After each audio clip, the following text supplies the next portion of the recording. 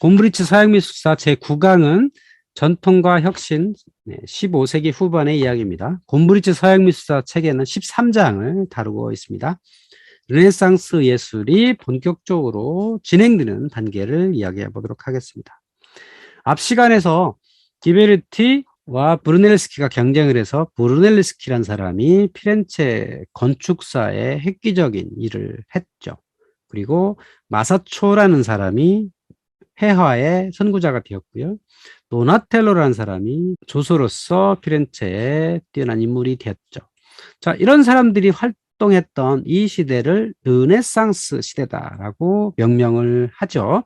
영어로 르네상스고 이탈리아 말로는 리나시멘토라고 부릅니다. 자, 문예의 부흥 또는 학예의 부흥이라고 번역을 할 수 있겠죠.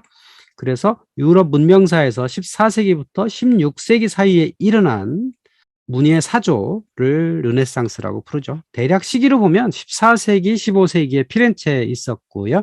15세기, 16세기는 로마에서 주로 예술활동이 많이 일어났고 15세기, 16세기에는 베네치아에서 있었습니다. 이렇게 뭐 시대를 딱딱 구분할 수는 없지만 대략 이때 전성기를 누렸다고 하는 거고요. 이 도시를 중심으로 이탈리아 르네상스가 번성을 하게 되었습니다. 그 대표 도시 피렌체라는 도시가 있죠. 스탕달이라는 사람이 이곳을 방문하고 남겼던 문장이 있습니다. 그로부터 스탕달 신드롬이란 말이 탄생을 했는데요. 이렇습니다. 나는 피렌체의 탁월한 예술품 앞에서 심장의 박동이 빨라지고 정신이 혼미해지는 경험을 했다. 피렌체를 가보니 도시 곳곳에 어마어마한 건축물과 예술품들이 가득하더라 이겁니다.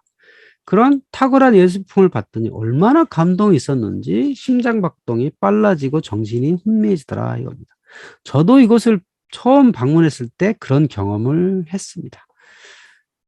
너무나 큰 문화 충격이었죠. 이런 중세도시가 그대로 보존되어서 오늘날까지 이렇게 많은 사람들을 끌어들이고 있다는 게 믿어지지가 않았던 거죠.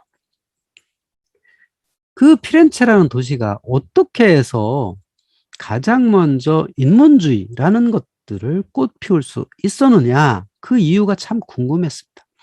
그래서 제가 분석을 좀 해봤습니다. 이탈리아 북부라는 곳, 그곳은 어떤 곳이었는가를 보면 그 해답이 나옵니다. 자, 14세기, 15세기, 16세기, 17세기 이탈리아 북부는 도시 간의 치열한 쟁투를 벌이고 있던 곳입니다. 19세기까지도 이곳은 이렇게 작은 나라로 분열되어 있었죠. 그리고 이곳에는 동방에서 온 지식이 흘러 넘쳤습니다. 이베리아 반도에서 이슬람으로부터 흘러나온 고대 지식들이 있었고요. 베네치아와 제노바가 동방교육을 통해서 가져온 온갖 서적들이 있었습니다. 또한 이 도시들은 동방지역과 서방지역을 연결하는 중심 역할을 했습니다. 그러다 보니까 돈이 많이 있었던 거죠. 이렇게 세 가지 요인이 이곳에 자리하고 있었습니다. 첫 번째는 도시 간의 치열한 쟁투였고요. 두 번째는 고대의 지식이 있었고요. 세 번째는 부의 증대가 있었다라고 하는 겁니다. 그런데 이 지역에는 베네치아, 피렌체, 로마 말고도 훨씬 더 많은 도시들이 있었는데 왜 이 세 도시만 이렇게 발전했느냐? 특히 피렌체가 왜 선구자가 되었나라고 생각해 보면 이것에 또 하나의 요인이 있었습니다. 지배 계급 간 쟁투의 유무에 있었습니다. 피렌체의 이웃 도시였던 제노바, 베네치아, 밀라노 이런 곳에는 지배 계급들 간의 쟁투가 없었습니다. 베네치아는 꽤 안정된 공화국이었고요. 제노바는 몇몇 상인 가문의 독점 체제였습니다. 그런데 피렌체라는 도시는 내부를 지배하는 치열한 계급 투쟁이 있었던 겁니다. 그래서 이걸 정리해 보면 이렇습니다. 도시 간의 경쟁이 치열했고요. 계급 간의 경쟁이 치열했었다. 또 동방에서 온 지식이 풍부했다. 중요한 건 돈이 많았다. 이런 여러 요인들이 복합적으로 작용해서 피렌체에서 이런 예술 활동이 벌어지게 된 겁니다. 자, 피렌체 시민계층의 구성을 보면 이렇습니다. 맨 하류층에는 농노, 노예, 하층민, 수공업자, 양모 및 건설 노동자도 있었고요. 중류층에는 공증인, 공직자, 의사, 상인 계층이 있었습니다. 상류층에 토착 귀족들이 있었죠. 자, 이런 구조는 고대와 중세 이래로 대부분의 지역에서 이렇게 만들어져 있었는데 이 동방과의 교류를 통해서 신흥 상인들이 점차 일어나기 시작했습니다. 중세 말부터 근대까지의 유럽 사회의 변화는 이 돈을 많이 번 상인들에 의해서였다라고 보면 틀리지 않습니다. 이 상인들이 개개인으로 활동하지 않고 서로 뭉쳐서 자신들의 이익을 위해서 여러 가지 활동을 하게 된 거죠.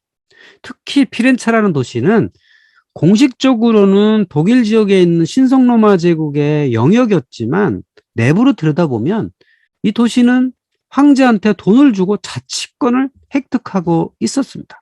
그래서 꼬뮤네라고 하는 자치도시로 활동을 하고 있었죠. 그리고 그 안에 지배체제는 길드라고 하는 사람들, 어떤 조합의 형태로 뭉친 사람들을 중심으로 도시가 운영되고 있었던 거죠. 그래서 여기에 만들어진 길드만 해드렸습니다. 의사와 약사조합, 목수와 석공조합, 포목업자와 상인조합, 은행가, 오직업자와 상인, 비단상인, 행정가의 공직인. 자, 이들이 서로 같은 업종을 하는 사람들이 모여서 실력 행사를 하고 있었던 거죠. 이들이 서로 치열한 경쟁을 했던 겁니다. 자, 여기에는 또 하나의 경쟁이 있었죠. 황제당 또는 교황당이라고 불리는 경쟁이 있었습니다. 자, 황제는 독일 지역에 있었던 신흥로마 제국이죠. 거기에 공식적인 영토가 피렌체였습니다. 그런데 또 이쪽에 권력을 갖고 있는 주체가 누구냐면 교황이었던 거죠. 자, 그럼 피렌체는 교황의 영역이냐, 황제의 영역이냐, 여기에 따라 서로 이권이 많이 달라지게 되었던 거예요. 여기서도 치열한 쟁투가 벌어졌습니다. 이 쟁투에 의해서 좀 피해를 봤던 사람이 단테라고 하는 사람이죠. 이 사람은 피렌체 출신으로서 황제당과 교황당 간의 치열한 알력 다툼에 희생이 돼가지고 도시를 쫓겨나서 나중에 이 북부를 헤매다가 라벤나에 가서 죽게 되죠. 그 사이에 있었던 일이 황제당과 교황당 간의 치열한 권력 다툼이었던 거고요. 또 그 지역에 원래 토착 귀족이 있었죠. 그 귀족, 혈통 귀족, 이 사람들과 돈을 새로 많이 번 떠오른 인물들, 신은 상인들, 이런 사람들이 계속 등장을 해서 권력 투쟁을 하고 있었던 거죠. 그래서 단테의 무덤은 지금 피렌체에 없고요. 라벤나에 있죠. 그리고 피렌체에 있는 산타크로체 성당에는 단테의 빈 무덤만 있습니다. 그래서 단테 무덤을 가지고 라벤나와 피렌체가 서로 싸우고 있죠. 왜? 이것도 돈 문제죠.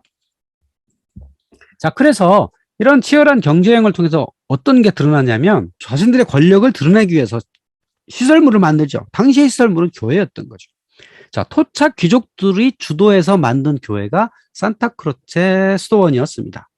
이 산타크로체 수도원은 프란치스코 성인의 봉헌되었고요. 주로 수도원이었기 때문에 수도사들이 거주를 했습니다. 그리고 이 교회를 토착 귀족들이 후원을 통해서 운영이 되었던 거죠. 여기 옆에 그림에서 보시면 산타크로체 수도원 성당에 기도실 배치가 있잖아요. 옆에 보면 작은 공간들 있죠. 작은 칸막이 되어 있는 곳인데 이것이 가문들이 분양받았던 작은 경당들입니다. 수도원 성당을 보면 여러 상인들 내지는 토착 귀족들이 돈을 내 가지고 여기를 지었고 또 그 사람들한테 분양해서 운영하고 있구나 이런 걸 알 수 있게 되고요. 여기 보면 기도실마다 다 그 제단화 같은 것들이 있었겠죠. 산타크로체의 경당 안에는 여러 상인들이 받았던 경당들이 있었어요. 바르디, 알베르티, 루첼라의 프레스코발디 같은 사람들이 이쪽에 후원을 했고요. 또 자식들을 수도원에 보냅니다. 뭐 예를 들어 아들이 셋이면 그 중에 하나를 수도원에 보내가지고 수도사로 키우죠. 그럼 그 수도사가 나중에 수도원장이 될 수도 있거든요. 뭐 그렇게 해가지고 권력을 지속적으로 가지려고 했던 거예요. 그러니까는 수도원을 이제 후원을 하게 되고요. 또 자연스럽게 자신들의 아버지, 선조들이 돌아가시면 이 수도원에다가 묘지를 가질 수 있게 된 거죠. 만약에 이 수원을 후원하지 않으면 지하 안장할 수 있는 권리를 받을 수 없었겠죠. 그리고 또 미사가 집전되는 개인 예배당을 분양을 받게 되고요. 지오토 같은 몸값이 비싼 사람을 불러다가 기도실을 장식하게 된 거죠. 그래서 여기 보면 바르디 가문의 카펠라, 경당, 이 지오토 디 본도네의 그림이 이렇게 그려져 있게 된 겁니다. 자, 이때로부터 새로운 어떤 형태가 등장을 하는데요. 그 전까지 교회는 로마네스크식, 고딕식, 위로 높이 세우는 방식의 건축만 이루어졌는데, 이때부터 어떤 일이 있냐면 정면을 장식하는 관행이 생기기 시작합니다. 이 정면을 파사드라고 부르죠. 그래서 이 파사드를 새로운 양식으로 만들게 되었는데요. 그때 등장한 게 르네상스 양식인 거죠. 로마네스크 교회나 고딕 교회 가보면 팀파니며 이런데 그 조각품 같은 것들은 많이 있지만 이렇게 르네상스 양식처럼 정면 통째로 장식하는 건 없었던 거고요. 그리고 이 르네상스 양식부터 이 꼭대기에 삼각형의 페디먼트가 등장을 하기 시작한 거예요. 이게 이제 판테온의 방식을 가져다가 이렇게 새로운 방식을 도입한 거죠. 또 고딕 양식에 많이 썼던 원형 장미장 이런 것도 쓰게 되고요. 사각형 패널도 있고 또 콜로세움에서 있었던 벽 기둥을 이렇게 만들게 되죠. 이것을 교회에 첫 적용한 르네상스 건축이다라고 말할 수 있겠습니다. 자, 알베르티라고 하는 인문학자 겸 건축가가 이 정면을 만들어지게 된 겁니다. 자, 알베르티라는 사람은 나중에 건축론이라는 책을 쓰기도 했던 피렌체의 대표적인 학자이자 건축가였는데요. 이 사람이 만토바의 성 안드레아 대성당의 파사도 만들었습니다. 자, 그래서 이 정면을 잘 보시면 여기도 벽체 기둥이 있죠. 그리고 꼭대기에 페디먼트도 있고 어찌 보면 로마에 있는 콘스탄티누스 개선문처럼 보이기도 하죠. 그래서 그런 개선문의 모양을 많이 따다가 이 교회의 파사드를 장식하는 문화들이 이렇게 생겨나기 이제 시작했고요. 또 이 교회도 보면 라틴 크로스, 라틴 십자가 형태를 이제 가지게 되고 또 로마네스크 양식의 건축이라는 게 원래 순례자 교회라고 불렀다고 그랬잖아요. 순례자 교회는 이 서쪽 문으로 들어와서 저 안쪽으로 뚝 들어갈 때 가운데 있는 미사 보는 사람들한테 피해를 주지 않고 방해를 주지 않고도 돌아 나올 수 있는 게 순례 교회였는데 지금 이 성 안드레아 대성당은 그런 공간이 없어요. 그러니까 그 공간을 좌우측에 그 에일이라는 곳이 없어지고 그곳에 카펠라가 들어서게 된 거죠. 이 로마네스크 교회, 고딕 교회는 교회와는 상당히 다른 형태의 교회들이 등장을 하게 되었다. 그리고 교회 정면에 브루넬스키가 맨 처음 시작했던 르네상스 양식이 도입되었다라고 하는 게 이 교회의 특징이라고 할 수 있습니다. 또 이런 르네상스 양식이 개인 저택에도 적용이 되기 시작했는데요. 그 대표적인 건축물이 루첼라이 가문에 지은 팔라초 루첼라이라고 할 수 있는데요. 여기도 보면 콜로세움에서 썼던 건축, 그러니까 기둥 양식을 그대로 가져왔다라고 할 수 있죠. 근데 그 기둥이 하중을 지지하는 건 아니고 그 벽체 기둥이라고 해서 이제 디자인 형태로만 쓰게 된 거죠.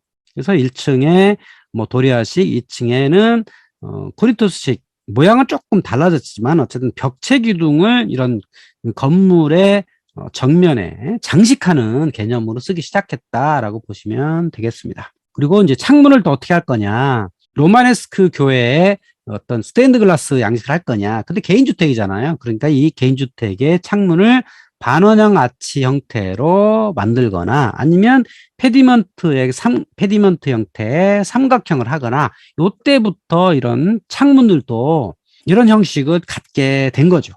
또 비슷한 거 중에 팔라초 메디치가 있죠. 이건 미켈라초가 이제 만든 건데요. 여기도 보면 앞에 루첼라이보다는 조금 다른 게 1층이죠. 1층이 돌이 되게 거칠게 보이죠. 이거를 거친 돌쌓기라고 흔히 이제 부르는데요. 당시에 주택은 요새 역할도 했어요. 그러니까 문을 딱 막으면 이 도둑들이 쳐들어왔을 때 강도들이 때로 쳐들어오는 경우도 있었거든요. 그래서 1층을 이렇게 거칠게 해가지고 성체처럼 보이게 만들게 되었던 거고요. 그래서 1층에 거친 도살키하고 2층에는 또 반원형 아치를 하고 3층에는 조금 다르게 하고 이제 꼭대기층에는 보면 목재 기둥, 그러니까 목재 천정처럼 보이죠. 그래서 코니스라고 하는 목재 지붕처럼 만든 이런 모습을 갖게 된 것. 그리고 내부에 이제 들어가 보면 이게 반원형 아치를 갖는 기둥이 있고 얇은 기둥이 있고 아치가 있다. 이거 전형적인 르네상스 양식이라는 걸 알 수가 있죠. 자, 그럼 이제 조소로 가보면 조소의 대표 인물은 기베르트였죠.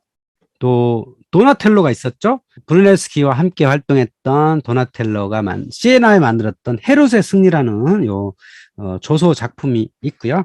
기베르티란 사람은 브루넬스키와의 경쟁에서 이겨서 그 세례당의 북문과 동문을 만들게 되었던 그런 사람인데, 워낙 기베르트는 이 조소 만드는 실력이 있어가지고 시에나 다성당의 또 세례당의 세례반 부조를 의뢰받게 됩니다. 그래서 여기 보면 세례받는 그리스도가 있죠. 그 오른쪽에 도나텔로의 조소와 비교를 해보면 어떤 차이가 있느냐 보면, 도나텔로는 실제 공간, 저 건너편에 그 악사가 있고 그 건너편에 사람이 있는 것처럼 실제 공간에서 사람들이 움직이는 것처럼 이렇게 표현을 하려고 했다면, 기베르티는 이 장면의 순수성, 이 장면이란 건 어떤 메시지거든요. 그러니까 그 세례받는 그리스도, 세례자 요한이 요단강에서 예수에게 세례를 주는 장면이잖아요. 이것을 집중적으로 표현하게 된 거죠. 그 예수의 머리 위에는 성령의 비둘기가 이렇게 있고요. 천사들이 몇 명 이 세례받는 예수를 축복하는 이런 모습을 갖게 된 거죠. 그래서 기베르트는 중세부터 내려오는 이런 메시지 중심의 전통을 지키면서도 또 좌우 균형을 잘 갖게 하는 르네상스적 양식을 함께 갖고 있는 것이라고 볼 수가 있겠습니다. 산타크로체 성당은 전통 귀족들이 주로 차지하고 있었고요. 산타마리아 노벨라 성당은 이런 신흥 상인들이 후원했던 그런 거였다면, 최종 이 상인 간의 내부 경쟁에서 승리한 가문이 누구였냐면 메디치였습니다. 조바니 디 비치라고 하는 이 중류 계급의 상인 출신 부자가 많은 예술가들을 후원함으로써 시민들의 지지를 얻었습니다. 그래서 그 아들 코시모 때 가면 국부라고 불렸어요. 코시모가. 그리고 피에르 로렌토 일 마니피코 때 가면 위대한 자로 불립니다. 그러니까 이 메디치 시절로 가면 다른 상인들은 전혀 권력을 갖지 못하고 그 권력이 모두 메디치가에 몰리게 된 거죠. 그리고 이 메디치 가문에서 교황이 2명이나 탄생을 하게 됩니다. 그만큼 피렌체에서 메디치 가문의 영향력이 컸던 거고, 또 피렌체를 넘어서서 이탈리아에서 메디치 가문의 영향이 그만큼 커지게 된 거죠. 그 힘은 무엇이었냐? 바로 이 예술에 대한 후원이 있었다고 하는 거죠. 오늘날 가치를 보면 한 3,500억 정도의 비용을 써서 이런 후원을 했다고 알려져 있습니다. 자, 코시모 메디치가 후원해서 잘 알려진 유명한 건축물은 산마르코 수도원입니다. 피렌체 북쪽에 가면 이런 평민을 위한 신앙의 중심지로서 산마르코 수도원이 있습니다. 수도원이라는 건 수도사들이 거주하는 곳이죠. 그리고 한쪽 편은 당연히 성당이 있겠죠. 성당과 수도원 건물이 함께 있는 그런 곳이 이제 수도원인데, 이곳을 코시모 메디치가 건축하고 그 안을 또 예술가들로 후원을 해가지고 이곳을 장식을 하게 된 거죠. 자, 여기를 들어가 보면 또 제단화가 당연히 있겠죠. 이 수도원이니까 안에 교회가 있어서 교원의 제단화를 프라 안젤리코가 어떤 전통의 방식대로 장식을 하게 되죠. 꽤 중세 방식을 그대로 활용했다는 걸 알 수가 있죠. 여전히 성인들은 후광을 갖고 있고요. 뒤에 배경도 조금 있는 거는 중세 방식보다는 좀 달라진 거라고 할 수 있고, 또 좌우 인물이 균형, 숫자가 좌우가 잘 맞아떨어지죠. 이런 거는 이제 새로운 방식을 가져왔다라고 할 수가 있는데, 이 고무리 선생이 지적한 이 르네상스 방식의 새로운 예술은 뭐였냐면 프라 안젤리코가 그린 수테고지에 있었습니다. 자, 이 수도원에는요, 수도사들이 그 수십 명이 살고 있는데요. 그 살고 있는 수도사들이 아주 소박한 방 하나를 가지고 있어요. 저도 그걸 가봤는데요. 그 방에 보면 그림이 하나씩 다 있어요. 다 소박한 그림입니다. 그 대표작이 요 수테고지예요. 그러니까 프라안젤리코는 그 수도사들한테 이런 경건함, 신앙심을 고취하기 위해서 이런 그림을 그렸을 것이다라고 추측이 됩니다. 그 수도사들의 방에 이렇게 하나씩 그려져 있습니다. 근데 이 그림을 자세하게 보면 원근법이 충실하게 구현이 되었다라는 것을 알 수가 있죠. 그리고 뭐 군더더기가 없죠. 배경도 없고 그냥 건물 안에 천사와 성모 마리아, 저 뒤에 뭐 요셉 정도만 그려놓은 아주 단순한 모습을 할 수가 있죠. 그러니까 메시지를 중시하고 또 새로운 기풍인 원근법을 가져온 이런 거라고 할 수가 있겠죠. 자, 또 파올로 우첼로라고 하는 화가가 있습니다. 이 사람이 그린 게 산 로마노의 대승이라는 작품인데, 자, 메디치가 살았던 저택의 실내에 걸려있던 작품인데요. 이 그림을 보면 그 전까지 다른 뭔가가 좀 보여요. 물론 좀 조잡해 보이기도 하지만 이 그림은 앞에 있는 사람, 뒤에 있는 사람을 많이 차별화하려고 노력을 했죠. 저 뒤에 언덕에 있는 사람들을 작게 그리고 앞에 있는 사람을 좀 크게 그리고 또 넘어져 있는 사람, 또 부러진 창, 사망한 병사 이런 모습들을 가급적이면 입체감 있게 그리려고 노력을 많이 했죠. 근데 아직은 좀 그 회화하는 실력이 좀 부족해 보이긴 하지만 그러니까 북유럽의 얀반 에이크처럼 상세하게 사실감 있게 그릴 정도의 실력은 좀 부족해 보이지만 르네상스 특유의 원근법과 사실감을 표현하려고 노력을 많이 했다. 이런 모습을 볼 수가 있습니다.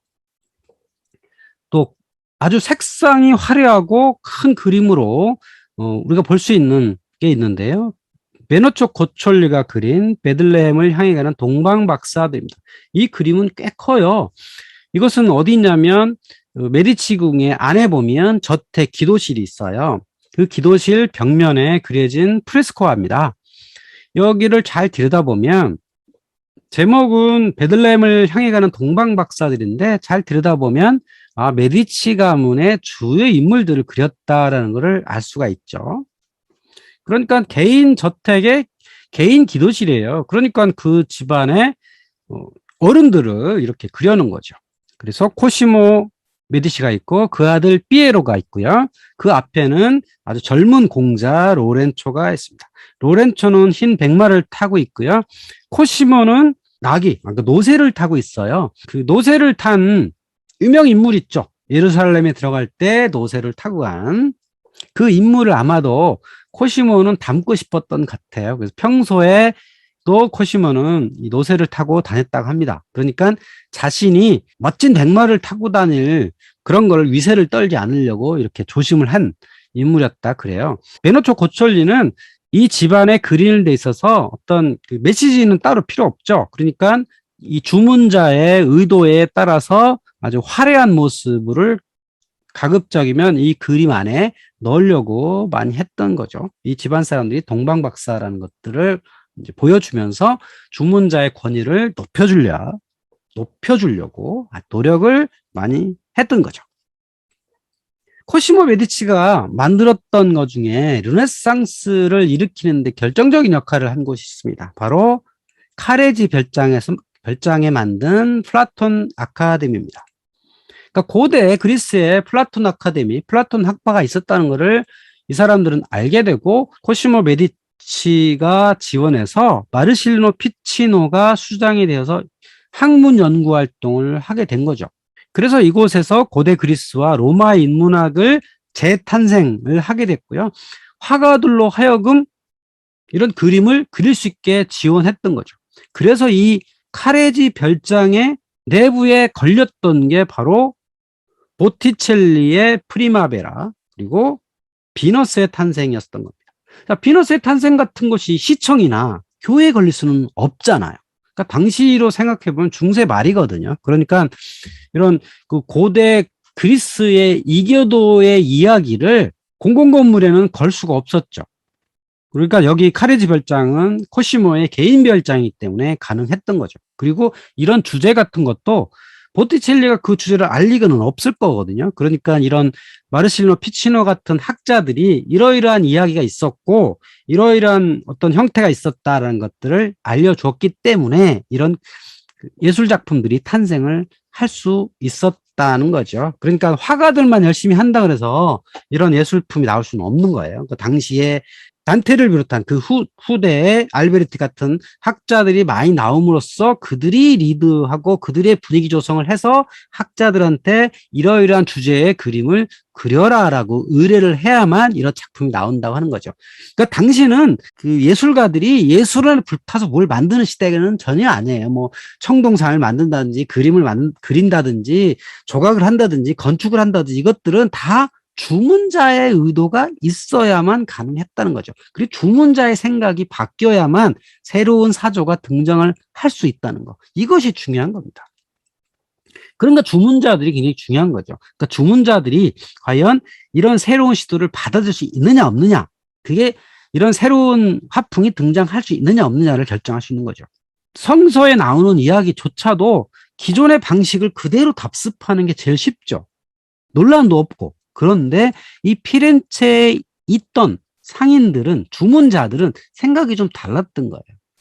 뭔가 그 고대에 있었던, 고대에 훨씬 화려하고 이상적이고 비례와 균형이 잘 맞는 그런 작품들을 남겨두고 싶었던 거죠. 여기 피에로 델라 프란체스카라는 사람이 남겨놓은 순환받는 그리스도를 보면, 그리스도라고 하는 아주 전통적인 주제지만 그 안에 들어있는 어떤 공간이나 배치, 원근법 이런 거 보면 전형적인 르네상스 방식을 구현하려고 꽤 애썼다는 걸 볼 수가 있죠. 자, 피렌체 르네상스의 가장 인기 있는 작품은 뭐니 해도 보티첼리의 비너스의 탄생이죠. 자, 우피치 미술관에 가면 역시나 가장 많은 사람들이 이 작품을 보기 위해서 몰려 있습니다. 성수기에 가면 아마 여기도 줄을 서야 됩니다. 인원 제한이 있기 때문에 줄 서서 기다려가지고 이 작품을 볼 수밖에 없는데요. 뭐 생각보다 커요. 큰 작품이 이렇게 벽에 걸려 있는데, 원래는 이것도 이 카레지 별장의 한쪽에 모셔져 있던 거고 대중들이 보던 그림이 아니었던 거죠. 자, 왜 그러냐면 이 작품 자체가 이 여성의 누드인데다가 좀 불편하잖아요. 고대에는 이런 여신의 누드는 자유롭게 그렸다고 하지만 이 시대는 여전히 중세 말이고 교회의 권력이 강하게 미치는 그런 곳이었습니다. 그래서 이 그림이 그려졌던 15세기 중반만 해도 이 그림이 그렇게 각광받지는 못했어요. 시대적으로 그랬다는 거죠. 그러다가 후대에 와가지고 이 그림이 시대를 바꾼 그런 작품이다라고 인정을 받게 된 거죠. 이 주제도 물론 당연히 그리스 신화에 나오는 아프로디테의 탄생, 조가비에서 탄생하는 여신의 모습을 그리고 있지만 이 안에 들은 이야기에는 또 피렌체라고 하는 도시가 빠질 수 없어요. 그러니까 조가비에 탄생한 여신은 원래 키프로스 섬 근처에 탄생을 했지만 이 그림의 장소는 피렌체가 있는 이탈리아 서해안이라는 걸 알 수가 있죠. 왜냐하면 이 그림의 그 입술로 바람을 부는 서풍의 신 제피루스가 있죠. 서풍이 불어요. 그 서풍이 불면 피렌체에는 봄이 온다는 뜻이거든요. 봄이 오는데 그때 조가비에서 비너스 여신이 탄생을 합니다. 그러자 이 벌거벗은 비너스 여신을 오른쪽에 있는 플로라라고 하는 꽃의 여인이 이제 천을 들고 감싸주죠. 그러니까 플로라는 피렌체의 상징이거든요. 그러니까 피렌체가 비너스 여신을 맞아들인다라고 하는 그런 개념으로 그린 거예요. 다르게 보면 피렌체의 영광, 뭐 이렇게 표현할 수도 있겠죠. 이렇게 은유적으로 표현하는 그림이 이제 탄생을 하게 된 거고요. 또 보티첼리는 또 하나의 명작을 만들죠. 프리마베라, 봄이라고 하는 장면을 만들어냅니다. 뭐 이것도 보면 그리스 신화에 아주 정통한 사람이 이야기를 해줬을 거라는 게 추측이 되죠. 가운데에 있는 비너스를 중심으로 왼쪽에 산미신이 있고요. 맨 왼쪽에 빨간 옷을 입은 남자는 이건 에르메스라는 걸 알 수가 있죠. 꼭대기에는 에로스, 사랑의 신이 있고, 그 옆에 또 플로라가 있고, 이렇게 그 카레지 별장의 플라톤 아카데미 사람들이 이거를 거기서 회의하는 공간에 이 그림이 그려졌던 거고요. 이 봄이란 게 뭐냐? 바로 이 로렌초 메디치가 다스리고 있던 그 피렌체, 그 시대가 새로 열리고 있다라는 것들을 상징하고 있는 것이라고 할 수가 있겠죠. 여기 산미신이 등장을 해가지고 새로운 시대를 연다. 비너스가 이곳을 찾아왔다. 이렇게 이제 해석을 할 수 있겠습니다. 자, 그런데 여기 보면 이 비너스의 탄생과 프리마베라에 등장하는 여인이 있어요. 중세시대의 그림에는 그 그림을 그냥 아무 개념 없이 누구 특정 사람이라고 안 하고 이렇게 그리잖아요. 근데 르네상스 시대에 오면 얼굴이 특정 사람의 얼굴 모델을 두고 그리게 됩니다. 자, 그러면 보티첼리는 누구를 보고 그렸을까? 잘 들여다보면 얼굴이 같은 사람이더라 이겁니다.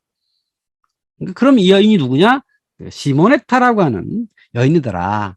시모네타라는 이름을 쓰는 여인이 시골에서 피렌체로 왔어요. 근데 이 여인이 워낙 아름다워서 이 작은 피렌체 사람들한테, 피렌체 남자들한테 상당히 소문이 많이 난 거죠. 그래서 많은 남자들이 이 시모네타를 연모를 했는데, 이 시모네타의 주인은 누구였냐면 줄리아노 메디치가 차지했죠. 그러니까 로렌초의 동생, 아주 젊고 잘생긴 이 왕자가 사실 이 시모네타를 채간 거죠. 그러다 보니까 아마 보티첼리도 이 시모네타를 연모를 했었는데 좀 아쉬움이 있었나 봐요. 뭐 어쨌든 이 시모네타의 얼굴을 이 비너스 얼굴에 딱 이제 받게 되죠. 그러니까 이 시대부터 어떤 특정인의 얼굴을, 실제 얼굴을 이 초상화 삼아서 그림에 넣는 이런 문화가 생기기 시작했다라고 하는 겁니다. 또 비너스의 탄생의 포즈를 보면 우리는 이 그림만 보면 이 보티첼리가 창조력이 높아가지고 이 새로운 포즈를 창조했겠구나라고 생각할 수 있지만 그 앞에까지 다 공부해 보면 새로운 창조라는 것은 항상 모방으로부터 온다라는 것들을 찾아낼 수가 있습니다. 자, 여기 이탈리아 카피톨리노 박물관에 가면 아프로디테가 있습니다. 물론 이것도 그리스 시대에 만든 거를 로마에서 복제한 거죠. 이 복제했는데 이 자세를 딱 보시면 오른손으로는 가슴을 가리고 있고 왼손으로는 아래를 가리고 있잖아요. 그 다음에 두 다리도 콘트라포스트라고 하죠. 똑바로 서 있지 않고 약간의 삐딱하게 해서 왼다리에 몸의 중심을 두는 이런 자세를 하고 있죠. 그러니까 보티첼리의 아프로디테도 보면 왼다리에 중심을 둔 그 자세. 그래서 카피톨리노의 아프로디테 같은 이런 모습을 보고 그 자세를 베꼈구나, 모방을 했구나라는 것을 우리가 알 수 있겠습니다.